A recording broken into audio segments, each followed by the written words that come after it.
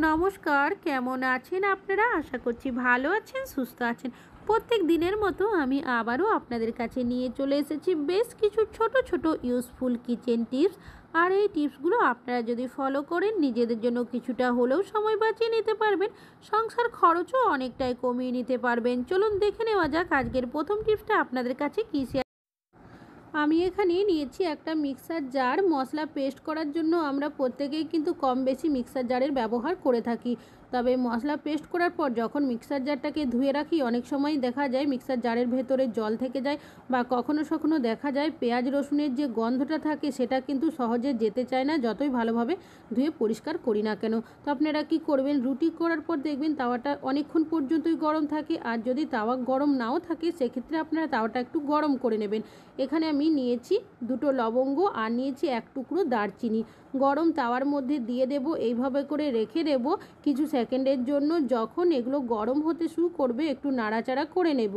এবার যখন দেখবেন ভালো মতো গরম হয়ে যাবে তখন কি করবেন, আপনারা মিক্সার জারটাকে উল্টো করে রেখে দেবেন 1 মিনিটের মতো। লবঙ্গ আর দারুচিনির মধ্যে এমনিতেই একটা স্ট্রং গন্ধ থাকে, আর এইভাবে যদি গরম করে নেওয়া হয় সেক্ষেত্রে গন্ধটা কিন্তু আরও বেশি বেরোতে শুরু করবে। আর এই গন্ধটাই দেখবেন মিক্সার জারের ভেতরে হয়ে যাবে, যেটা পেঁয়াজ আদা রসুনের যে গন্ধটা থাকে সেটাকে দূর করতে সাহায্য করবে। তাছাড়া মিক্সার জার ধোয়ার পর অনেক সময় মিক্সার জারের ব্লেডের মধ্যে কিছুটা হলেও জল থেকে যায়, যার কারণে ঠিকভাবে শোকায় না, জং বা মরচে পড়ে যায়।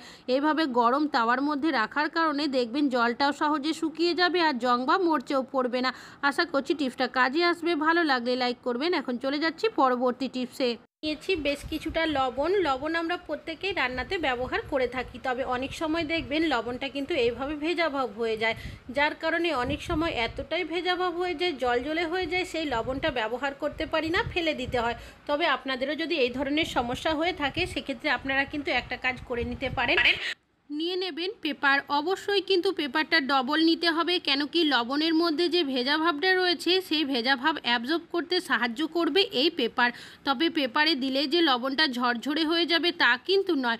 তো আরও একটা কাজ করতে হবে। আমি পেপারের মধ্যে লবণটাকে দিয়েছি, তারপর একটু চারিদিকে ছড়িয়ে নিয়েছি। এখানে একটা নিয়েছি আয়রন। আয়রনটাকে আমি একটু গরম করে নিয়েছি। এই আয়রনটা দিয়ে যদি আপনারা 1 মিনিট মতো প্রেস করে নিতে পারেন তাহলে দেখবেন লবণটা কিন্তু সুন্দরভাবে ঝরঝরে হয়ে যাবে। এবার আমি পেপারটাকে তুলে আপনাদের দেখাচ্ছি। তো দেখতেই পাচ্ছেন লবণের মধ্যে যে ভেজা ভাবটা ছিল সেটা কিন্তু পেপার অ্যাবজর্ব করে নিয়েছে, আর আয়রন দিয়ে প্রেস করার কারণে লবণটা কিন্তু সুন্দরভাবে ঝরঝরে হয়ে গেছে। আশা করছি আপনাদের এই টিপসটিও কাজে আসবে। ভালো লাগলে লাইক করবেন। এখন চলে যাচ্ছি পরবর্তী টিপসে। আমাদের অনেকেরই বাড়িতে ছোট বাচ্চারা রয়েছে, তারা যখন স্কুলে যায় অনেক সময় দেখবেন স্কুলে দুষ্টুমি করে তাদের স্কুল ড্রেসের মধ্যেই এইভাবে করে পেনের কালির দাগ কেটে নিয়ে আসে। আর এইভাবে দাগ যদি করে নিয়ে আসে সেই দাগ কিন্তু সহজেই যায় না, যতই ঘষাঘষি করি না কেন কিছুটা হলেও দাগ কিন্তু থেকেই যায়। তো আপনারা কি করবেন, দিয়ে দেবেন সামান্য পরিমাণে সাদা ধরনের টুথপেস্ট। আঙুলে করে এইভাবে করে আমি পেনের কালির মধ্যেই ভালোভাবে লাগিয়ে দিলাম। এইভাবে আপনারা 5 মিনিট মতো রেখে দেবেন। তবে আমি যেহেতু ভিডিওটা বানাচ্ছি আমি 1 মিনিট মতো রেখেছিলাম। একটা পুরনো ব্রাশ নিয়েছি, তার মধ্যে একটু জল দিয়ে দিয়েছি, সেটা দিয়ে হালকাভাবে ঘষে নিলেই দেখবেন যে দাগটা থাকে একদম ডিপ হয়ে সেটা কিন্তু অনেকটাই আলগা হয়ে যাবে। এবার একটা পাত্রের মধ্যে কিছুটা জল নিয়েছি, জলের মধ্যে দিয়ে হালকাভাবে দুটো হাতের সাহায্যে এভাবে ডলে নিচ্ছি। এতে কি হবে, দেখবেন যে দাগটা একদম ডিপ হয়ে থাকে সেটা কিন্তু অনেকটাই আলগা হয়ে যাবে। এবার যেটুকু দাগ রয়েছে সেটা আপনারা যদি রোদ্রে শুকিয়ে নেন তাহলে দেখবেন সেই দাগটা একদমই চলে যাবে। আশা করছি টিপসটা কাজে আসবে। এখন চলে যাচ্ছি পরবর্তী টিপসে। আমি এখানে নিয়েছি বেশ কিছুটা পরিমাণের কাঁচা লঙ্কা। আমরা অনেকেই রান্নাবান্নার জন্য কাঁচা লঙ্কা ব্যবহার করে থাকি। কাঁচা লঙ্কার যে ফ্লেভারটা থাকে অনেকেরই আমাদের খুবই পছন্দের হয়ে থাকে। তবে কাঁচা লঙ্কা যখন রান্নাতে ব্যবহার করি অনেক সময় দেখা যায় 1-2টো লঙ্কায় অতিরিক্ত ঝাল হয়ে যায়। যাদের বাড়িতে ছোট বাচ্চারা রয়েছে তারা দেখবেন ঝাল খাবার কিন্তু একদমই খেতে পারে না। তবে আপনারা যখনই লঙ্কা রান্নাতে ব্যবহার করবেন, কিভাবে ব্যবহার করলে কাঁচা লঙ্কার ফ্লেভারটাও পাবেন, এমনকি ঝাল কিন্তু একদমই হবে না। আমি একটা কাঁচা লঙ্কার বোটা ছাড়িয়ে নিয়েছি, দুটো হাতের তালুর মাঝখানে রেখে একটু ঘষে নিয়েছি। আপনারা চাইলে কিচেন স্ল্যাবের মধ্যেও এইভাবে আলগাভাবে ঘষে নিতে পারেন। এতে কি হবে, কাঁচা লঙ্কার ভেতরের যে বীজগুলো থাকে সেটা কিন্তু অনেকটাই আলগা হয়ে যাবে। এবার আমি বোটার সাইডের কিছুটা অংশ এভাবে কেটে বাদ দিয়ে দিয়েছি। হাত দিয়ে চেপে আপনারা যদি এরকম করতে থাকেন তাহলে দেখবেন লঙ্কার যে বীজগুলো রয়েছে সেগুলো কিন্তু সহজেই বেরিয়ে আসবে। এবার আপনারা এইভাবে বীজগুলো বার করার পর যদি লঙ্কা রান্নাতে ব্যবহার করেন তাহলে দেখবেন একটুও ঝাল কিন্তু হবে না, আর কাঁচা লঙ্কার ফ্লেভারটাও কিন্তু পাবেন। তবে আপনারা আপনাদের পছন্দ অনুযায়ী লঙ্কাটা কেটে নিতে পারেন। অনেক সময় যখন আমরা কাঁচা লঙ্কা কাটতে গিয়ে দেখবেন লঙ্কার যে ঝাল ভাবটা থাকে হাতের মধ্যে লেগে যায়, অনেকেরই দেখবেন হাত খুবই জ্বালা পোড়া করতে শুরু করে।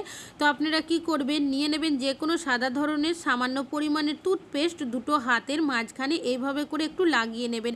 এইভাবে আপনারা 2 থেকে 3 মিনিট রাখবেন, তারপর হাতের মধ্যে একটু জল নিয়ে আবারও একটু ঘষে নেবেন। তারপর যদি আপনারা হাতটা জল দিয়ে ভালো করে ধুয়ে নেন তাহলে দেখবেন লঙ্কা কাটার ফলে যে জ্বালা পোড়া করে সেই জ্বালা পোড়া আর করবে না। আশা করছি টিপসটা কাজে আসবে। এখন চলে যাচ্ছি পরবর্তী টিপসে। আমি এখানে নিয়েছি একটা প্রেসার কুকারের ঢাকনা। আমরা প্রেসার কুকারে কম বেশি অনেকেই রান্নাবান্না করে থাকি যাতে করে রান্নাটা তাড়াতাড়ি হয়। তবে প্রেসার কুকারে যখন কোনো কিছু রান্না করি অনেক সময় দেখা যায় সিটি ঠিকভাবে পড়ে না। আমরা অনেকেই বুঝতে পারি না যে কী কারণে এই ধরনের সমস্যা হচ্ছে। অনেক সময় প্রেসার কুকারের ঢাকনাটা খুলে দেখার চেষ্টা করি যে সিটির জায়গাটা ঠিক আছে কি না, তবে দেখা যায় সেটাও কিন্তু ঠিক রয়েছে। অনেক সময় দেখা যায় এই যে জায়গাটা রয়েছে প্রেসার কুকারের যেখানে সিটিটা লাগানো থাকে সেখানে কিন্তু খাবারের টুকরো আটকে যায়, যার কারণে কি হয় এই ধরনের সমস্যা হয়ে থাকে। তো আপনারা একটা সেফটি পিন নিয়ে নেবেন, সেটা দিয়ে এইভাবে করে একটু নেড়ে নেবেন। নাড়লে কি হবে, যদি কোনো খাবারের টুকরো আটকে থাকে সেটা দেখবেন সহজে বেরিয়ে যাবে। তবে আপনারা কিভাবে বুঝবেন যে এখানে আর কোনো খাবারের টুকরো আটকে নেই, সেক্ষেত্রে একটা কাজ করে নেবেন, একটু বড় সাইজের পাত্র নিয়ে নেবেন। এবার প্রেসার কুকারের ঢাকনাটা এর মধ্যে দিয়ে দেব। নিয়ে নিয়েছি বেশ কিছুটা পরিমাণের নর্মাল জল। জলটাকে আমি ওপর থেকে এইভাবে ঢেলে দেব। এইভাবে ঢালার পর দেখবেন যদি জলটা ড্রপের মতো পড়তে থাকে তাহলে বুঝতে হবে যে এই যে প্রেসার কুকারে যেখানে সিটিটা লাগানো থাকে সেখানে কোনো না কোনো খাবারের টুকরো আটকে রয়েছে। আর যদি এইভাবে সম্পূর্ণ ঠিকভাবে জলটা পড়ে তাহলে বুঝে নিতে হবে এখানে কিন্তু আর কোনো রকমের খাবারের টুকরো আটকে নেই। তো এখানে কিন্তু হালকা খাবারের টুকরো ছিল যেটা সহজেই সেফটি পিনের সাহায্যে যখনই আমি একটু নাড়াচাড়া করেছি বেরিয়ে গেছে। আর এখন কিন্তু ঢাকনাটা সম্পূর্ণ ঠিক রয়েছে। এই ঢাকনা যদি প্রেসার কুকারে লাগান সিটিটা দেখবেন ঠিকঠাকই পড়বে। আশা করছি টিপসটা কাজে আসবে। ভালো লাগলে লাইক করবেন। এখন চলে যাচ্ছি পরবর্তী টিপসে। আমি এখানে নিয়েছি একটা পাত্র আর নিয়েছি এখানে একটা লেবুর খোসা। লেবুর রস আমরা নানাভাবে ব্যবহার করে থাকি, তবে লেবুর খোসাটা কিন্তু প্রত্যেকেই ফেলে দিই, কোনো কাজে ব্যবহার করি না। তবে চাইলে এখানে লেবুর রসেরও ব্যবহার করতে পারেন। লেবুর খোসাটাকে আমি এইভাবে ছোট ছোট টুকরো করে কেটে দিচ্ছি। এবার এর মধ্যে দিয়ে দেব বেশ কিছুটা পরিমাণের গরম জল। জলটা দেওয়ার পর এইভাবে করে রেখে দেব 5 মিনিটের জন্য। 5 মিনিট পর দেখতেই পাচ্ছেন জলের কালারটাও চেঞ্জ হয়ে গেছে, আর লেবুর খোসার যে একটা স্ট্রং গন্ধ থাকে সেটাও কিন্তু জলের মধ্যে চলে এসেছে। একটা কন্টেনারের মধ্যে আমি ছেঁকে নিয়েছি, কিছুটা পরিমাণের লবণ দিয়েছি আর দিয়ে দিচ্ছি কিছুটা পরিমাণের বেকিং সোডা। সোডা দেওয়ার সাথে সাথে একটা রিয়াকশান করতে শুরু করেছি। আর দিয়ে দিয়েছি এখানে কিছুটা পরিমাণের টুথপেস্ট। আপনারা যে কোনো সাদা ধরনের টুথপেস্ট দিয়ে দেবেন, তারপর খুব ভালোভাবে মিশিয়ে নেবেন। মেশানোর সাথে সাথেই দেখবেন এটা এমনই একটা স্ট্রং সলিউশন তৈরি হয়ে যাবে যেটা আপনারা নানাভাবে কাজে ব্যবহার করতে পারেন। তো কিভাবে এই সলিউশনটা ব্যবহার করবেন চলুন দেখে নেওয়া যাক। আমরা ঘর কিন্তু প্রত্যেকেই মুছে থাকি যাতে করে ঘরটা আমাদের পরিষ্কার পরিচ্ছন্ন এমনকি জীবাণুমুক্ত থাকে। তবে ঘর মোছার জলের সাথে বিভিন্ন ধরনের লাইজয়েল, ফ্লোর ক্লিনার বা আরও নানা কিছু কিন্তু আমরা ব্যবহার করে থাকি যাতে করে ঘরটা পরিষ্কার পরিচ্ছন্ন জীবাণুমুক্ত থাকে।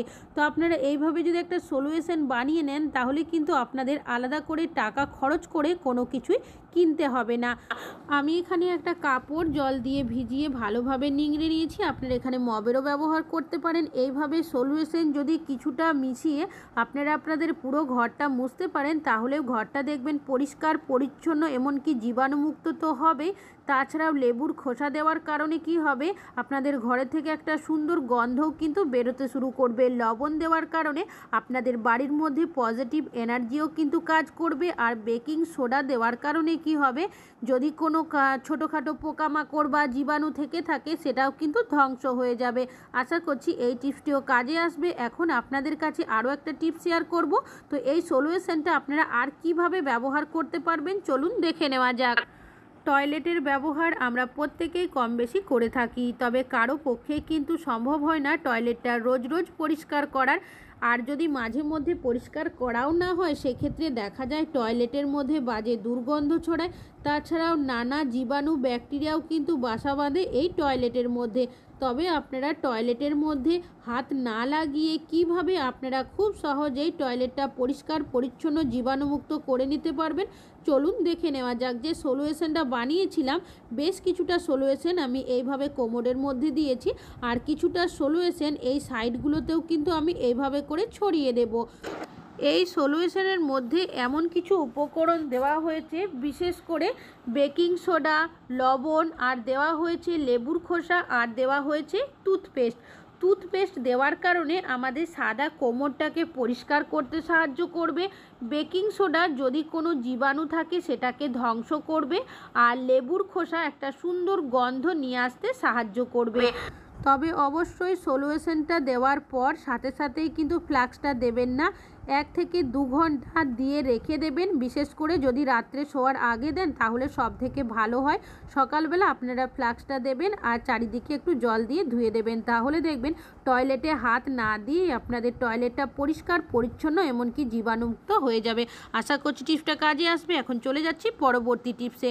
আমাদের অনেকেরই বাড়িতে এই ধরনের কন্টেনারের মধ্যে কোনো না কোনো কিছু জিনিসপত্র নিয়ে আসা হয়ে থাকে, তবে এই কন্টেনারগুলো আমরা কিন্তু প্রত্যেকে ফেলে দিই। তবে এগুলো ফেলে না দিয়ে আপনারা কিভাবে ব্যবহার করতে পারেন চলুন দেখে নেওয়া যাক। এখানে আমি নিয়েছি 2টো পেপারের টুকরো, একটা পেপারের টুকরো এইভাবে করে বিছিয়ে দিচ্ছি, আর আরও একটা রেখে দিচ্ছি পরে ব্যবহার করব।